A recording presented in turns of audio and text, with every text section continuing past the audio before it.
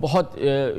تشویش میں ہے، ہمارے پاکستان کی معاشی حالات کی وجہ سے، ہماری سیاسی تقسیم کی وجہ سے، ہمارے یہاں دہشت گردی میں لوٹ آنے کی وجہ سے، ہمارے پڑوس میں افغانستان میں افراتفری کی وجہ سے، ہمارے اطراف میں جو صورتحال ہے اس کی وجہ سے. مگر اب ہم یہ دیکھ رہے ہیں عالمی میڈیا میں اور جو عالمی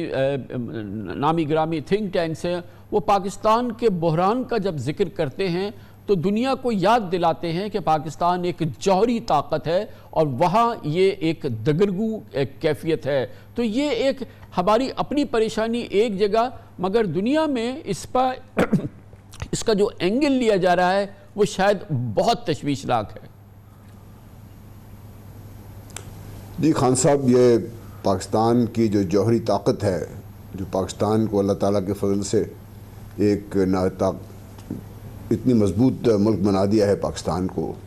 وہ دنیا کی نظر میں آج سے نہیں بہت پہلے سے کھٹک رہا ہے. اور یہ آپ کو یاد ہو جب پچھلے دہائی میں دہشت گردی نے تھوڑا زور پکڑا تھا تو سب سے پہلے یہ کہا گیا تھا کہ پاکستان کے جو ایٹمی اثاثے ہیں یہ خطرہ ہے کہ دہشت گردوں کے ہاتھ میں نہ پڑ جائیں. اور یہاں تک بھی رپورٹ ہوا تھا کہ جو امریکن کی اسپیشل ٹیم ٹرین کی گئی ہے جو دبئی تک آ کر رک گئی تھی کہ اگر ضرورت پڑے تو جا کے وہ ان پہ قبضہ کر لیں تاکہ دہشت گردوں کے ہاتھ میں نہ پڑے. دوسرا انڈر لائنگ آئیڈیا دیکھیے، بار بار جو کہا جاتا ہے کہ پاکستان ایک متوازن ملک نہیں ہے، پاکستان میں لاپ سائیڈڈ سوچ ہے، پاکستان میں دہشت گردی فروغ پا رہی ہے. اور یہی اس کے بیک ڈراپ میں جب دیکھتے ہیں کہ پاکستان کے نیوکلیر اثاثے ہیں تو ان کو ڈر یہ ہے اس صورتحال میں پاکستان کو ایکسٹریم سٹیپ نہ لے لے یا پاکستان کے جو اثاثے ہیں یہ غیر محفوظ ہو کر دنیا کے لیے مسئلہ نہ بن جائے. حالانکہ تاریخ اس سے بہت مختلف ہے. سب سے زیادہ جو مسائل پیدا ہوئے ہیں وہ امریکہ نے خود کیے ہیں. ان کے ایسی اثاثے گم بھی ہوئے ہیں اور ابھی تک ملے بھی نہیں ہیں ان کے. اس کے بعد بھارت میں دیکھیے تو صرف پچھلے سال 3 بہت بڑے ایسی اسمگلنگ رنگ پکڑے گئے جو کئی شہروں کے حساب سے فضائل مٹیریل اسمگل کرنے کی کوشش کر رہے تھے. اللہ کا فضل ہے کہ پاکستان کے اثاثے نہ صرف محفوظ ہیں، دنیا اس کو تسلیم بھی کرتی ہے، بلکہ یہ اثاثے اللہ تک کے فضل کرم سے اس حالت میں ہیں کہ کوئی بھی دنیا کی طاقت، اور یہ میں بڑا ذمہ داری سے آپ کو بتانا چاہتا ہوں کہ دنیا کی کوئی طاقت جو کوئی بھی حربہ استعمال کر لے اللہ کے فضل و کرم سے ہمارے ان اثاثوں کو نقصان نہیں پہنچا سکتی. اور جب میں کوئی طاقت کہتا ہوں تو آپ سمجھ رہے ہیں کہ میں ان کی بات کر رہا ہوں یہ، اور ان کے نظر میں یہ کھٹکتے رہے ہیں. اب جب بھی یہ میڈیا میں اس کو زور اس لیے دیا جاتا ہے کہ دنیا کی نظر میں پاکستان کو پھر ایک ایسی ریاست کے طور پہ پیش کیا جائے جو سٹیبل نہیں ہے، جو کسی کو بھی خدا نہ خواستہ اندر سے امپلوڈ کر سکتی ہے. جی خان صاحب بالکل صحیح کہا آپ نے. میں تو حیران ہوں کہ ہماری جو سیاسی لیڈرشپ ہے انہوں نے پاکستان کے جو کرائسس کی اناٹمی ابھی تک ڈسکس نہیں کی بیٹھ کے. بلا لی انہوں نے کانفرنس تو بلا لیتے مل کے بات کرتے، لوگوں کے پاس چلے جاتے. اگر اتنی درد تھا ان کا دل میں تو چلے جاتے ان کے پاس، خان صاحب کے پاس چلے جاتے. خان صاحب کے اوپر اونس ہوتا کہ اگر وہ انکار کرتے وہ خود اپنے ہی اندر سے جو ان کے مسائل ہیں جس پی ڈی ایم کے اندر سے وہ ایک وجہ بنتے ہیں ان کے لیے. پھر ان کا فوکس نہیں ہے. خان صاحب بدقسمتی اس بات کی ہے کہ فوکس نہیں ہے. ان سارے کرائسس کا جو چیزیں ہم حل کر سکتے ہیں امیجیٹلی ان کی طرف ہم قدم بڑھانا چاہتے نہیں ہیں. سیاسی استحکام وہ پہلی منزل ہے، وہ پہلا قدم ہے جو ہمیں اٹھانا پڑے گا. جب تک وہ نہیں آئے گا آپ کا تو معاشی بحران کی طرف آپ اشارہ کر رہے ہیں تو حالات دن بدن بگڑ رہے ہیں اس کا. صاحب آپ یہ فرمائیے گا، اپنے وسیع تجربے اور ماشاءاللہ بے پناہ وہ تجربہ ہے اور آپ کی انڈرسٹینڈنگ یہ پوری صورتحال میں، جب ہم جیسی جوہری قوت جو دنیا کی آنکھ میں کھٹکتی ہے اس کا اکنامک میلٹ ڈاؤن نظر آئے گا، اس کا وہ کنٹری بری طرح سے پولیٹیکلی ڈیوائیڈڈ ہوگی جیسے کہ آج ہے. مطلب ایک ایسی تباہی